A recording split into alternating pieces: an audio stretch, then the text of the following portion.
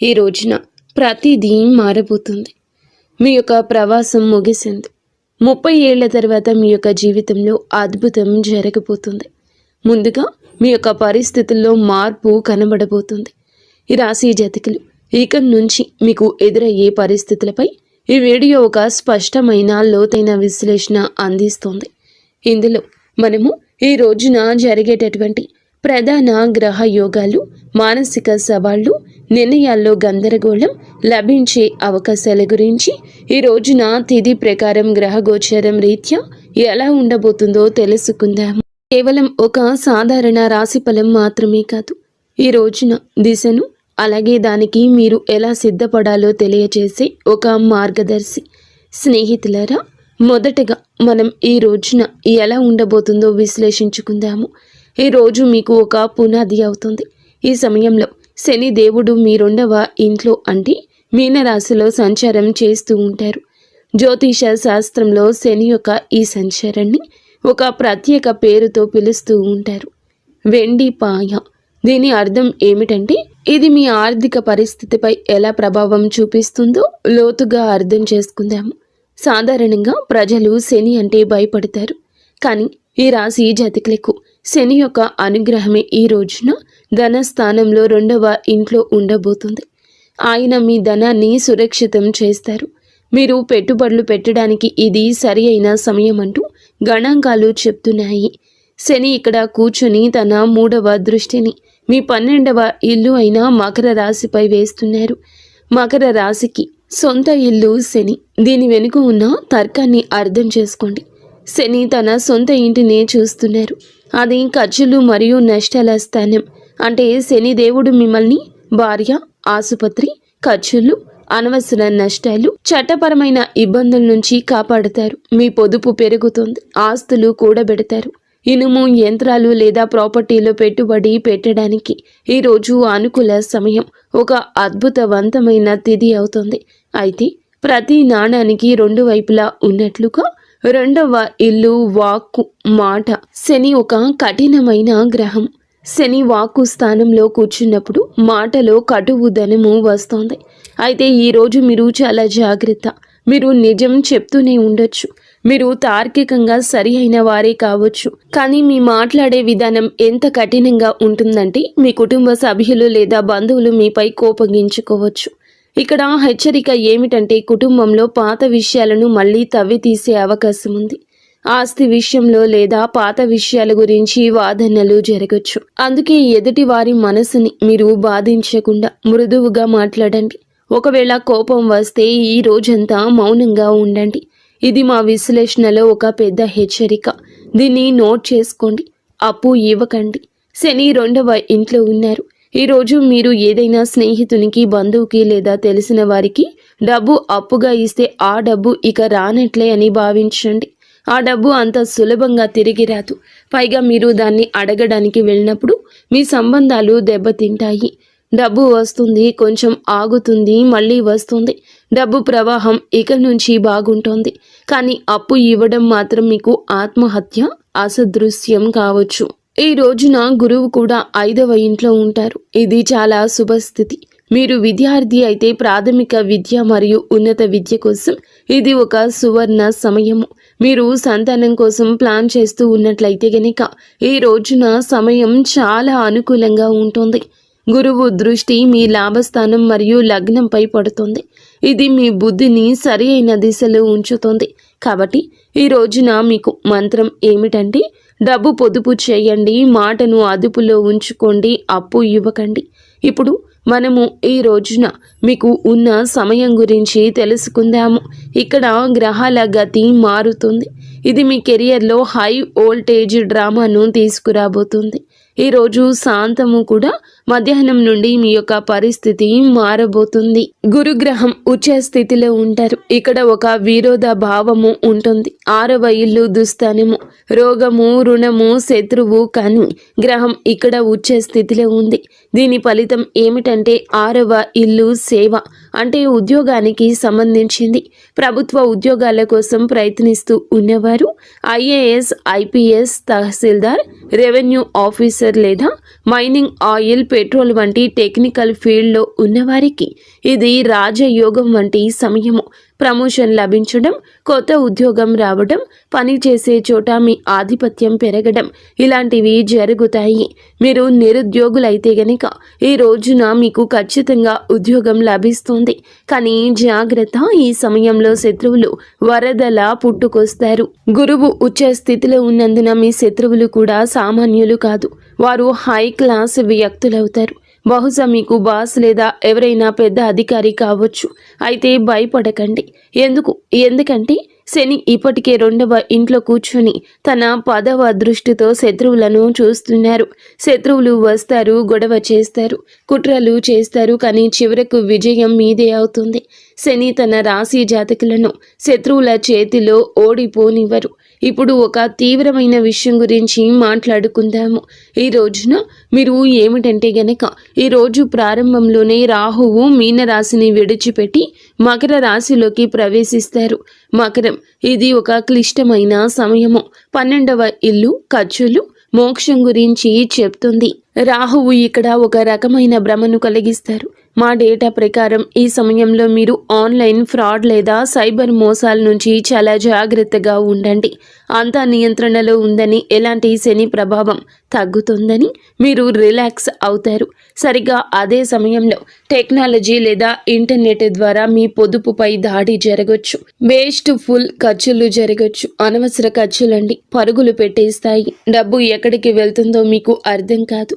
అందుకే మీరు ఈ రోజున పాస్వర్డ్లు, బ్యాంకు వివరాలు, ఆన్లైన్ లావాదేవీల విషయంలో ఎక్స్ట్రా అలర్ట్గా ఉండండి. ఆరోగ్యం విషయానికి వస్తే గురువు ఇది మీకు ఏమిటంటే 6వ ఇంటి ప్రభావం. ఊబకాయం, కాలేయానికి కారకుడు. శని దృష్టి కూడా ఉంది. మీ బరువు పెరిగే అవకాశం ఉందంటూ డేటా హెచ్చరిస్తుంది. మీ బరువు అదుపు చేసుకునే ప్రయత్నం ఇక మొదలు పెట్టండి. లేదంటే భవిష్యత్తులో వెన్నుముక లేదా ఎముకల వ్యాధిగా మారొచ్చు. అలాగే లిపిడ్ ప్రొఫైల్ మరియు కొలెస్ట్రాల్ చెక్ చేయించుకుంటూ ఉండండి. నిర్లక్ష్యం భారీ మూల్యాన్ని చెల్లించేలా చేస్తోంది. స్నేహితులారా, ఈ రోజున మీ ప్రయాణంలో అత్యంత కఠినమైన కానీ అత్యంత ముఖ్య కాలంలోకి ప్రవేశిస్తున్నారు. ఈ రోజు మధ్య సమయం నుండి జ్యోతిష శాస్త్రంలో చెప్పినట్లుగా పాపకర్తరి యోగం అని పిలువబడే ఒక ప్రత్యేక యోగం ఏర్పడుతుంది. దీన్ని జాగ్రత్తగా అర్థం చేసుకోండి. మీ రాశి ఏమిటంటే గనక చాలా మంచి రాశి. ఎందుకంటే దేవుని అనుగ్రహం ఉన్న రాశి. కానీ మీ 2వ ఇంట్లో శని కూర్చున్నారు. అంటే మీ రాశి 2 పాపగ్రహాల మధ్య ఒక శాండ్విచ్లా చిక్కుకుంది. దీనివల్ల మీ జీవితంలో ఎలాంటి ప్రభావం ఉంటుంది? జీవితం అస్తవ్యస్తంగా మారుతున్నట్లు మీకు అనిపిస్తుంది.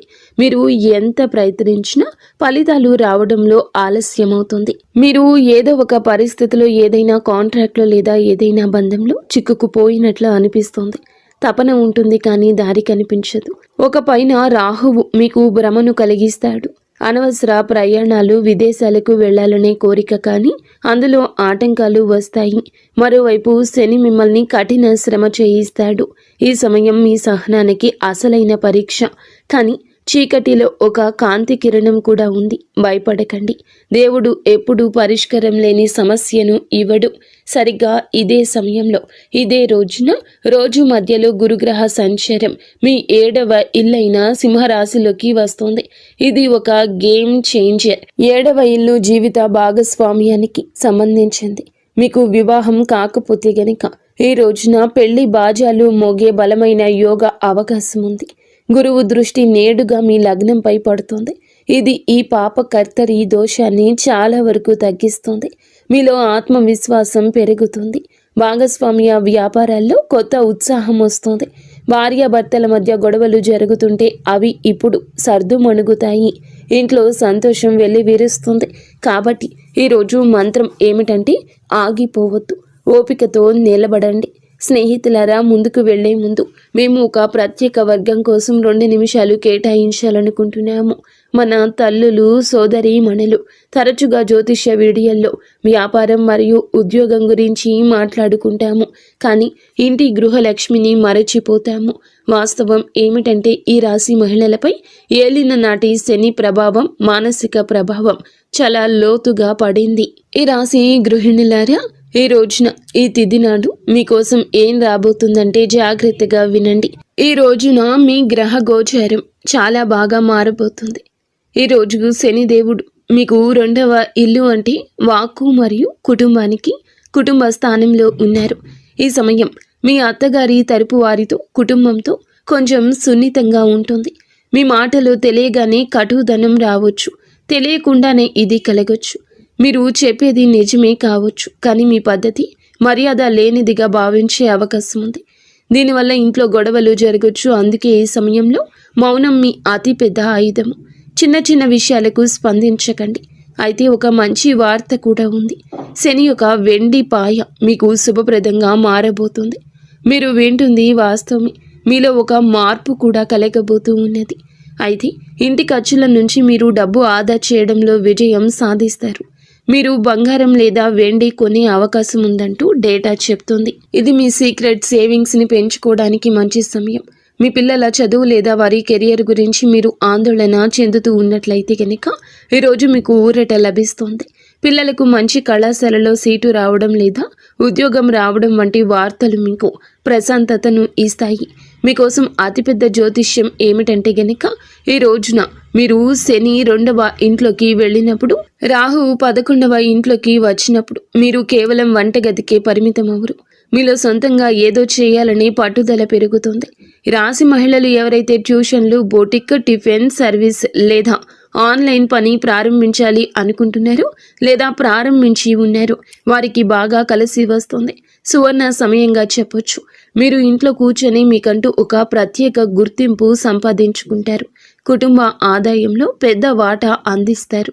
కేవలం ఒకే ఒక జాగ్రత్త అవసరము. ఈ రోజున మాట విషయంలో జాగ్రత్త. అలాగే మీకు ఏదైనా అనారోగ్య సమస్యలు, థైరాయిడ్, నడుము నొప్పి, కాళ్లలో నరాల సమస్యలు ఇబ్బంది పెట్టొచ్చు.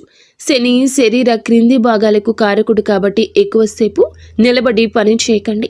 కాల్షియం పరీక్షలు చేయించుకుంటూ ఉండండి. కాబట్టి సోదరి మణులరా, ఈ రోజున శాంతి పొదుపు మంత్రాన్ని గుర్తుంచుకోండి. మీ కొత్త ప్రయాణానికి సిద్ధపడండి. ఇక ఇప్పుడు ముఖంపై చిరునవ్వు తెచ్చుకోండి. దీర్ఘ శ్వాస తీసుకోండి. ఎందుకంటే మనము ఈ రోజులోకి వచ్చేస్తాము. ఈ రోజున ఇలా జరగబోతుంది. వెంబడిగానే పరిస్థితి మారబోతుంది. మీరు గత 7.5 ఏళ్లుగా ఎదురు చూస్తున్న ఒక శుభవార్తకు సంబంధించిన సమాచారం ఈ రోజు వినబోతున్నారు. శనిదేవుని యొక్క 2వ ఇంటి ప్రవేశమే ఇన్ని అనర్థాలకు, ఇన్ని అర్థమైన ఉపయోగాలకు కూడా కారణం. కావున జాగ్రత్తగా ఉండండి. సంపూర్ణ విముక్తి శని నుండి తప్పక కలుగుతుంది. శని 3వ ఇంట్లోకి వెళ్ళినప్పుడు మీ మనస్సులో మార్పు వస్తుంది. ఆ బరువు, డిప్రెషన్, ఆ భయం అన్నీ మాయమైపోతాయి. అప్పటి వరకు ప్రశాంతంగా ఉండండి. ఈ రోజు మాత్రం గాలిలో తేలుతున్నట్లు అనిపిస్తుంది. శని చాలా శక్తివంతంగా ఉంటారు. శని నీచ స్థితిలో ఉన్నట్లు పరిగణించినప్పటికీ 2వ ఇంట్లో ఆయన సంచారం మీకు అద్భుత ధైర్యాన్ని ఇస్తుంది. ఇప్పటి వరకు మీరు రక్షణగా ఆడారు. మీ జీవితాన్ని ముందుకు తీసుకెళ్లారు. మీరు దూకుడుగా ఇక నుంచి ఉండబోతున్నారు. అత్యుత్సాహం మీ మదిలోకి వస్తుంది. రాహువు మీ 11వ ఇల్లు అయిన ధనుస్సులోకి వస్తారు. వైదిక జ్యోతిష శాస్త్రంలోని ఒక నియమాన్ని గుర్తుంచుకోండి. 11వ ఇంట్లోని రాహువు రాజుని చేస్తాడు. 11వ ఇల్లు లాభస్థానము. ఈ రోజున అందులకు గాను కోరికల నెరవేర్పు స్థానం ఇది. ఆర్థిక పురోగతి సమయం. షేర్ మార్కెట్ నుంచి ఆశించిన లాభాలు ఆకస్మికంగా వస్తాయి. ఆగిపోయిన డబ్బు తిరిగి వస్తుంది. లాటరీ లేదా ఊహించని మార్గాల ద్వారా లాభం ఉంటుంది. ట్రాన్స్పోర్ట్, ఇంపోర్ట్, ఎక్స్పోర్ట్ మరియు ఆన్లైన్ పనుల ద్వారా సడన్ వెల్త్, ఆకస్మిక ధనం లభిస్తుంది. మీరు మీ సొంత సామ్రాజ్యం నిర్మించుకోవడానికి ఇది సరి అయిన సమయం అంటూ డేటా చెప్తుంది. ఆదాయం కేవలం ఒకే వనరు నుంచి కాకుండా పలు మార్గాల నుంచి వస్తుంది. అలాగే గురువు మీకు ఎంతో లాభాన్ని కలగ చేయబోతున్నాడు. ఏళ్ల నాటి శని కూడా ముగుస్తుంది. రాహువు లాభాలు ఇస్తారు.